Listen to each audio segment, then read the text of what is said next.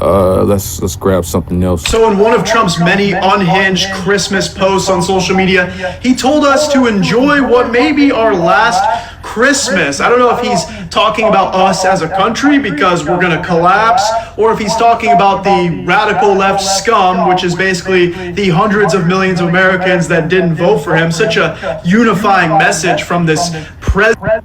Yep, and a collapse, like this dude said in this video, is very, but financial collapse is currency cause be his last Christmas president, but I think what he meant to type was that this would be his last Christmas, because I'm not so sure his health is going to get him to another holiday season. So no, he's definitely not. Y'all don't find it weird that the president of the United States, Donald Trump, just said that this Christmas that we just had is the last Christmas that we will ever have? Y'all don't find that strange? Folks, enjoy what may be your last Christmas. It's the fact that he can just say that out loud and no one is raising questions on what he means by this being our last Christmas. But with the things that are going on in this world, with the fact that we have just went into a war with Iran once again to help Israel, it's always Israel. I just don't understand. The writing's on the wall on what they are trying to do. Also, there was some video where somebody asked their Alexa how many days until next Christmas, and then Alexa was just like, there won't be a next Christmas. And so it's just ironic that he's saying that there will not be a Christmas ever again. This may be our last Christmas. Is he saying that we're going to go to war? Is he saying that things are about to change dramatically for us? Is it this big spiritual thing that's going to happen? Is the world going to end in 2026? The calendar seems like it could be. I mean, if you take Bible prophecy and stuff like that, what exactly does he know that we do not know is my question. And why aren't people raising a big concern? It seems like when somebody says something out loud in plain sight, everyone tends to ignore it and laugh at it. But this should be very concerning for you guys, especially because this has been the least felt like Christmas ever in 2025. They did not feel like Christmas in so many different ways. Let's start with the weather. What is going on with the weather? You get what I'm saying? And so something's up with this guy, and y'all gotta at some point call him out, like, because Shalom, shalom, Israel. First and foremost, I want to give all honor, glory, and praise unto YAHAWAH, YAHAWASHI, Hashem, Quadash. Double honors to the elders and apostles of Great Millstone. Shalom to mighty Akim, Wathim, who are diligently waiting to be delivered from this final captivity. Shalom to the speckled bird that may look like the other nation, but are actually Yasharallah. His brother Kawakub coming at you with another lesson. Today's lesson, we're going to be going into this. Hold on. Basically, what happened is this dude said that this is going to be the last Christmas. I don't know what the hell that is supposed to mean. Well, I don't know. I may not know what that means, but all I can hope for is that whatever BS that they're planning, hurry up and do it, because you're waiting for. As a matter of fact, let me get that, and then in Matthew.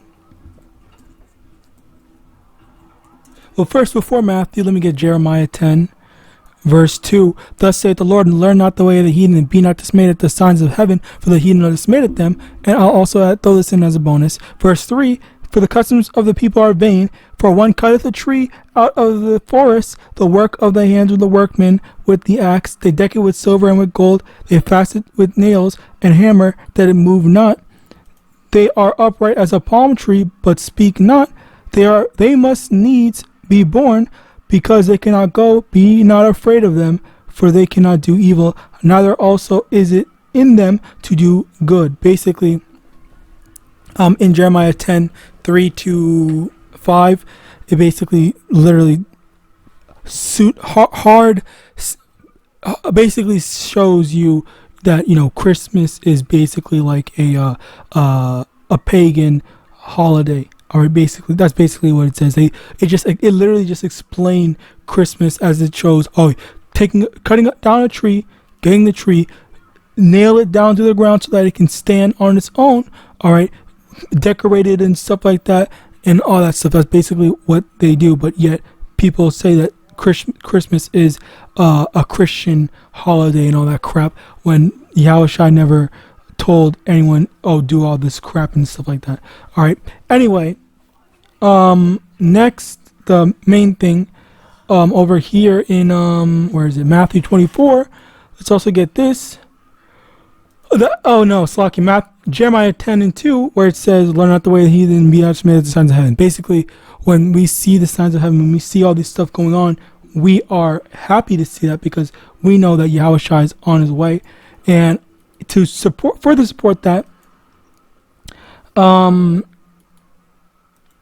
Matthew 24, verse 6, "And ye shall hear of wars and rumors of wars, see that ye be not troubled, for all these things must come to pass, but the end is not yet." Basically, Yahawashi is telling us not to be troubled, not to be alarmed, not to panic that, oh, something's happening, oh, this, that, and the third, whatever, because he said that, oh yeah, all this has to happen in order for Yahawashi to return and stuff like that. So as a result of that, we should not be worried.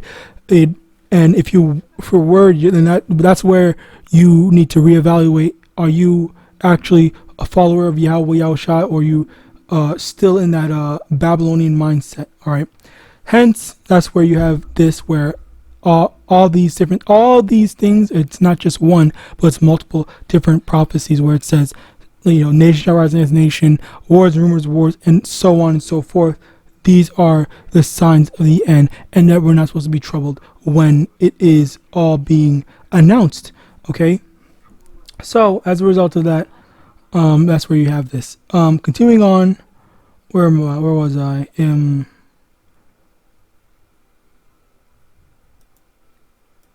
Here, Micah chapter 2 verse 10, "Arise ye and depart, for this is not your rest, because it is polluted, it shall destroy you even with the sword destruction." And that's another thing where our people are so fixated on one thing. Oh, I need money, I need this, I need that, or whatever, stuff like that, rather than understanding that, okay, yeah, we need stuff, and we definitely work towards certain things because these are necessities and stuff like that.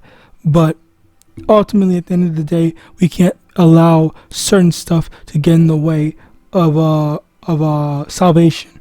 All right.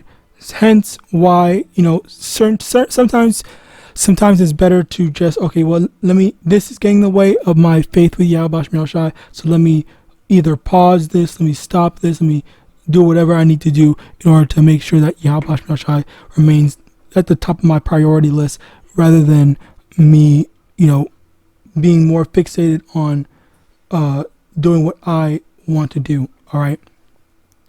Next, 2nd Ezra chapter 9 verse 1, "He answered me then and said, Measure thou the time diligently in itself, and when thou seest part of the signs past which I have told thee before, then shalt thou understand that it is the very same time wherein the highest will begin to visit the world which he made." Basically, the thing here is how the Lord is going to judge this place. All right. I was going to show this, but I already showed in another video. So basically, another thing is how the thing here is how with this whole Christmas thing, with all these, it's not even just people. It's not even just the signs, but we see that other people are starting to see. Not everyone, but certain people are starting to see, like, okay, well, this is kind of strange. This is kind of concerning. Why is this happening? Why is this, that, whatever going on? And then as a result of that, we're able to see, okay, well, there have been talks of wars. There has been, tensions and all that stuff. All right, where is it? There have been diseases, all right, that's been widespread, so people are aware of these types of stuff, and there are the safety precautions that they take in order to do that. But our only safety precaution is getting right with Yahawadah, as per Luke chapter 12 verse 20, I believe, or 21. Continuing on,